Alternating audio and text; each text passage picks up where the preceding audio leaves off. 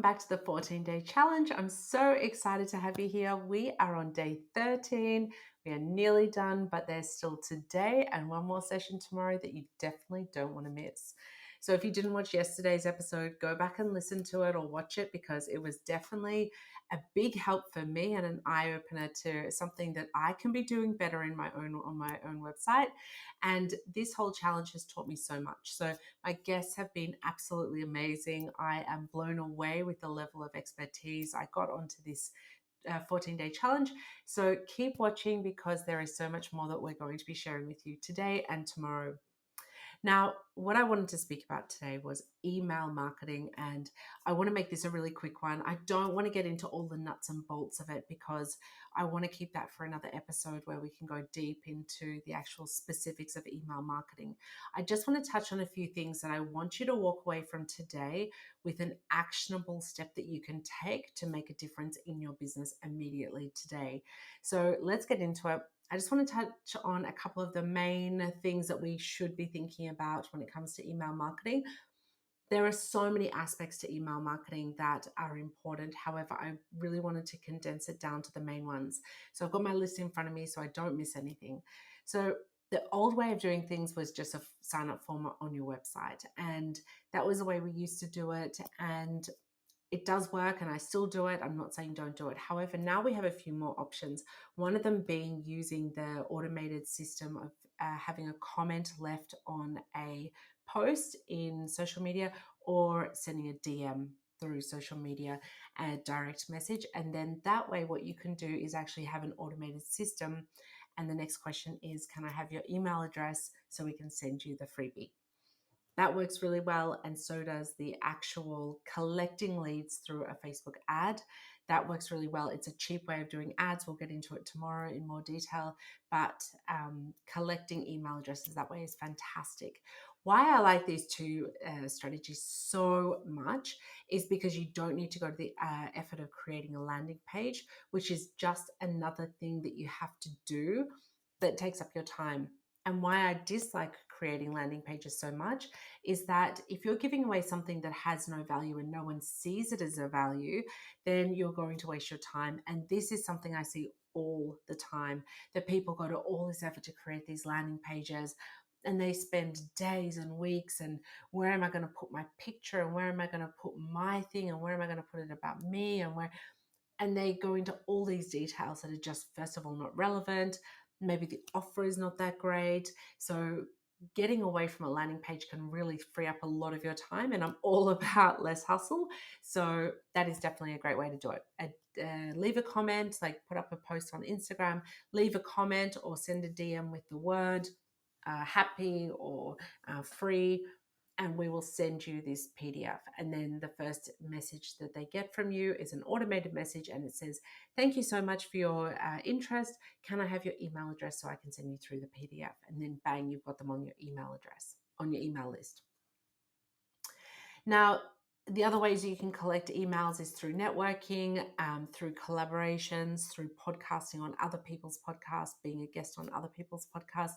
If you go back, I think it was episode 6 of the day 6 of the challenge, we spoke about podcasting and how great it is to be a guest on podcasts. Go back and listen if you haven't listened to that one. And of course, I don't want to get into it here, but really, you've got to think about what you're giving away.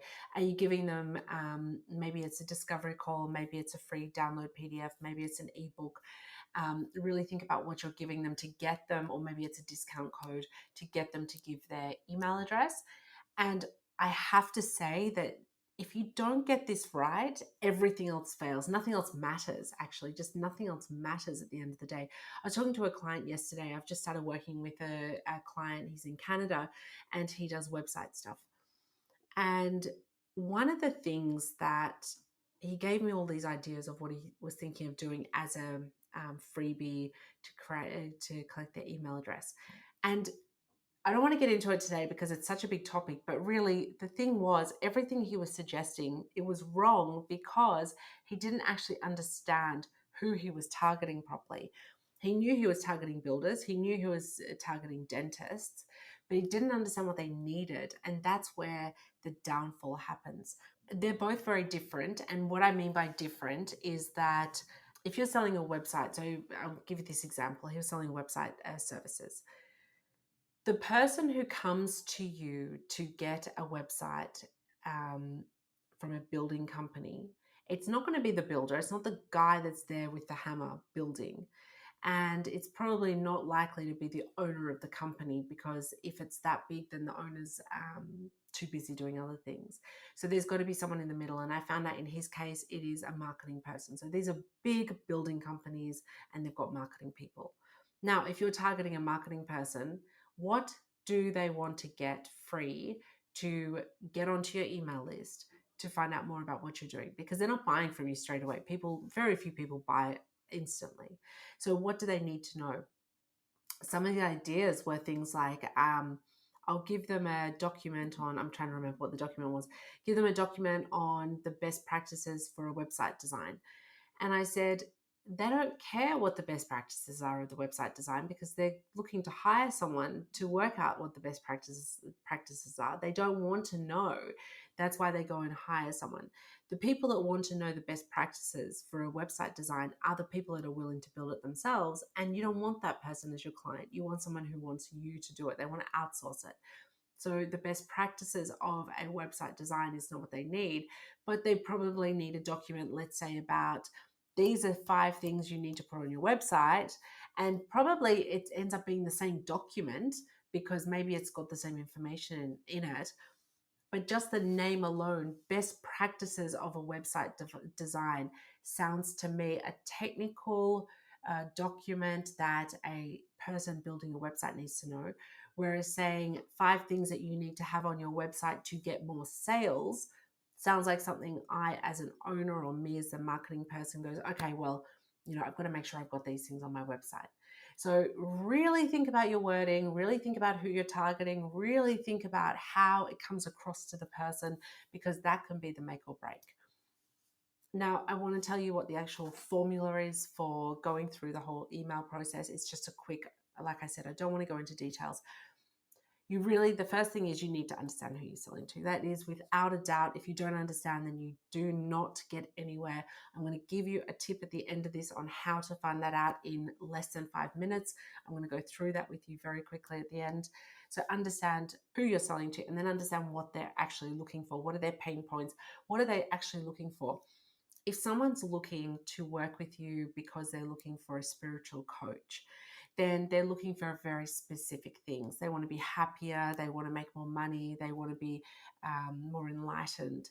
If someone's wanting to come to you because they want a good dentist, then they're coming to you for different reasons as well. They're coming to you because they want to know more about how they can look after their teeth better, or they want to know how to have a better smile. So understanding that is key to everything. So that's important. The third thing of the formula is that you have to test different things. Just doing one thing is not the best way, because again, with this particular client, he said to me, oh, okay, well, I'm going to go and check out other people's websites and see what they're doing. And I said to him, that's fine. You can do that. I highly recommend that you check out other people's websites. However, you don't know that what they're doing is actually getting them the results that they want. So go and have research, go and look around, but you need to know that just because you see someone doing something, and they might even be a really big company, doesn't mean they're doing it really well. And I can give you another example on that. Yesterday I interviewed for this challenge the talking about pricing, Per from the Pricing Whisperer. And we did his recording yesterday. And while I was recording the episode, he gave me a really good example. It's on the episode, so I hope you watched it. He spoke about the fact that there's a really big company, live streaming, TV streaming stuff, and they sent out an email saying our prices have gone up. And he said that they didn't use that opportunity to say, we've added extra TV shows into our collection, or we're now faster, or better experience. That they just said, we've put our prices up. And that's a huge company. He didn't tell me which one. I'm guessing it's Netflix. Maybe it's not. I don't know. Maybe it's another Hulu or something. But it sounds like it's one of the really big ones. And if they're not doing that right, and he said they had a missed opportunity because they could have made that sound so much better. So just looking at someone else's website of what they're doing or looking at another person's business doesn't mean that they're doing it correctly, even if they're a big company. So be aware of that. Do your research, test different things, but don't assume that a big company is doing it well either. So testing different things, it makes it really easy if you're doing it via a social media comment. You can put up 10 different posts, and each post can be comment the word happy to get my free 10-point checklist. Comment the word sad to get my book. Comment the word excited to get my video. So you can have all different things and testing them, and it's so simple. It's just a post. So you're not having to create landing pages. The next thing you need to think about is you need to have really great open lines, subject lines, to get the open rate. And I cannot stress this enough. And now with AI, you need to be using AI to get really good subject lines. The other thing that I recommend in our system that we have, the Ignite Sales system, in our system, that when you set up an email and you set up these flows, you can actually we have it all planned out, templated for you, so you don't have to really do anything. It's pretty simple. You can have your first email, so day one email can go out, and that email can have a subject line, and then you have like a branch. It's called a branch, and it says if they open it, they get the next email. If they don't open that email, send them the same email with a different subject line. This is mind-blowingly amazing, and it's so simple to set up, and I guarantee that it will make such a big difference in your business. So you've got this flow, and let's say you've got a 30-day flow and you've got one email every week. Just let's say it's 4 emails. Just keep it simple. You've got week 1 email goes out. You've got 50% of people that open it. The other 50% of people that don't open it, they get the same email the next day or 2 days later, whatever you want, and it's the same email inside, but the subject line has changed. Now you've got more chance that they're going to open it. First of all, because you've sent them another email. Second of all, you're testing a new email subject line. And then you can go back and look at the stats and say, hey, actually, you know what? When I sent the second email with the different subject line, more people actually clicked through than on the first one. So let's send that one. Let's make that up one our first email from now on. So you can do really great testing. You need to test different things. You need to test your subject lines. And it's really easy. So I'm going to tell you at the end how you can do it really, really simply. The other thing you need to think about is what's in your email. Don't send the same thing all the time, because sending just the same email repetitively, unless it's really working for you, unless you're getting this massive open rate and everyone's buying from there, then of course keep sending it. Please, I'm never going to stop you from doing that. But it usually doesn't work. So you need to really, try some different things. Not everyone's going to resonate towards the exact same thing. So trying different emails is a really good idea. And also, this is a way to experiment and find out what's actually going to get you more sales, find out what's going to get you more click-throughs. So it can really make a difference to change up your emails. And then the standard things, think about, you've got to keep it concise. You've got to have a friendly, authentic tone. Keep it about, how you talk. Make sure you've got mobile friendly layout. I was working with a company recently. They do food delivery, and they had the email guy, and I was there sort of helping over all.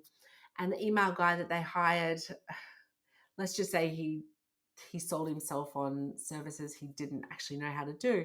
And one of the first things I saw was the way he sends out the emails. They're terrible, because the mobile, they're paying this guy money, and they're just wasting all their money, because their mobile, once you look at the top part of the logo took up nearly the whole of the screen. And people get really obsessed with their own logo, and it's just ridiculous. You need to have a logo there to let people know that it's a legitimate email from your company. I get that. But having your logo take up the whole part of the screen is crazy. So you make the logo smaller. I don't believe in needing a really big logo. Make it as small as possible, and then you have the text so people can see straight away. They open the email, okay, this is the first part, and the first words have to be powerful. They have to get across what you want them to know. You're not trying to get them to, when they get to the end, they'll find out what I'm trying to tell them. You just want it there. People don't have time. There's this whole strategy of, keep it exciting and keep people hanging on. If you are an excellent writer and you have got this like keeping people at the edge of their seat, go for it, right? Like that's fine. But if you don't, then make sure you keep everything as high as possible in the email so people can skim read. clear call to actions, make it visually appealing, blah, blah, blah, all the standard stuff. We get into those in other episodes normally.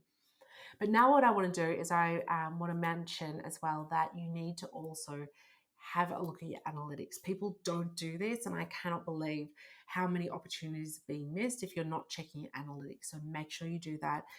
Also, split test. I've got a client of mine, Beck. She was using HubSpot. I've changed her over to our system because HubSpot was costing her, I don't know, $300 or $400 a month, and she could not split test her emails, which is crazy to me at that sort of price, and she had to pay for the higher package to split test.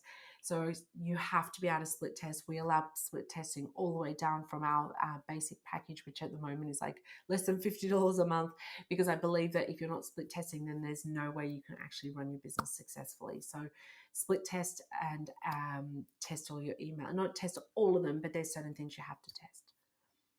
And then, of course, adjust your strategy as you go. The next thing is never give up. So what a lot of people do is that they put together they've been told, put together a 30-day welcome email series, and then it just stops, and then that's it.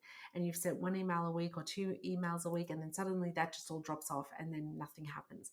And people say, oh yeah, but they didn't buy in that time, so they're not interested. If they're still on your email list, then you've got a chance to get them, so keep emailing them. I am signed up for email lists that I have literally kept the emails for years and then bought something years later because I've been looking at those emails, no, not interested, and then I buy something. So just because someone is not buying from you in the first 30 days does not mean they're not going to buy. It takes 14 times on average for someone to want to buy from you, and that's average. So there's times that it's going to take them 50 times, 100 times. So keep emailing them. If they want to leave your list, they can. Always have the unsubscribe available for them, and that's it. The next thing I want to go into is our last thing, which is your action step for today. This is what I want you to do. And as I've already said, if you don't know who you're talking to, if you don't know what they need, you will never, ever, ever get in front of people properly. So what I want you to do is understand who you're targeting and why you're targeting them. I created, and it sounds really scary, an AI bot that actually will help you write your emails, and you can do a whole month of emails in 5 minutes. It is crazy amazing. It sounds too good to be true, but it is really, really amazing. We've been using it. My clients have been using it, and everyone's blown away with it. It's 100% free. There's a link underneath this video, underneath this audio, where you can get access to it 100% free. It's at moreclientslesshustle.com/free/-bot. And you will get it there. 100% free. What you do, there's 3. There's an email one, there's an ad one, and there's a social media posting one. Today, I want you to go to the email one and you add it to your ChatGPT. You can use your ChatGPT for free, and it's yours then in your ChatGPT forever. You get to use it all as much as you want, whenever you want. And once it's set up once, then you don't need to program it anymore. It's done for you. So that's why I want you to have it on your ChatGPT, so that once it's programmed, you keep it there. You don't have to come back to my website and reprogram it. That's what some people are doing. This is for you to use. You answer the questions. It's going to ask you some questions. Do you have your voice of the customer? Now, you might have already done this somewhere else. Copy and paste it. Yes, I do. And then you paste it in there. If you don't have it, just say no. And then you answer the questions. It's going to ask you a whole lot of questions. You answer the questions. It then will go around the internet and find all the responses that it needs to find to give you the answer that you're looking for about your voice of the customer, that what your customer needs and wants from working with you. Once you have that, it's going to ask you the next questions. What sort of emails do you want to create? And you can say a welcome series. It gives you some examples. A welcome series. I want an email funnel for my webinar. I want an email series for a free PDF download. You just say what you want it for. Whatever it is, you put it in there. Maybe you want a new 30-day welcome series. Maybe you want to add to your welcome series. I need to do another month of content for a weekly drip campaign, whatever that might be. And then you answer the next couple of questions, and then it's going to give you the emails that you need. Once you get those emails, read through them. Now, when you read through them, you might say, oh, it works really well. You say, hey, I want this to be funnier, or I want this to be more on this line, or I want it to be more on this line. And you can start to tweak it, and you can tell the bot what to do, and it will start to tweak your emails. Now, you don't have to use this 100% as it is, but it should be pretty good because it's got the voice of the customer in there. And it also will work out your voice of how you sound. Are you a serious person? Are you a funny person? Are you a technical person? And it will write in the style that you write in. Now, I'm not saying it's perfect, but it's going to get you so close to perfection that a lot of the times people are using these emails as they are. But you also don't have to. You might want to go in and change some things. But you can have emails. Once this is set up one time, you answer the first couple of questions. You can come back in every month and you just say, give me another 10 emails for a welcome series or for my drip campaign or for a webinar series. And then you can just go and get new emails. It is mind blowing. It's literally in 5 minutes, you can have a month of content. So go and try it out. Use the link below to try it. And that is my tip for today, because emails can make such a big difference. Once you do them properly, you can be getting so many sales through emails. And I cannot stress enough how powerful emails are in your business, no matter what business you're in. So keep watching. Tomorrow is the last day. I'm so excited that you have been here watching. If you haven't watched all of the 14 days of the other 12 days, then please go back and watch them, because every day is talking about a different topic and you're going to have an action step at the end of every single episode of this series. And there's really amazing guests. So it's definitely worth watching. So I'll see you tomorrow in the last day of the 14-day challenge. Until then, bye.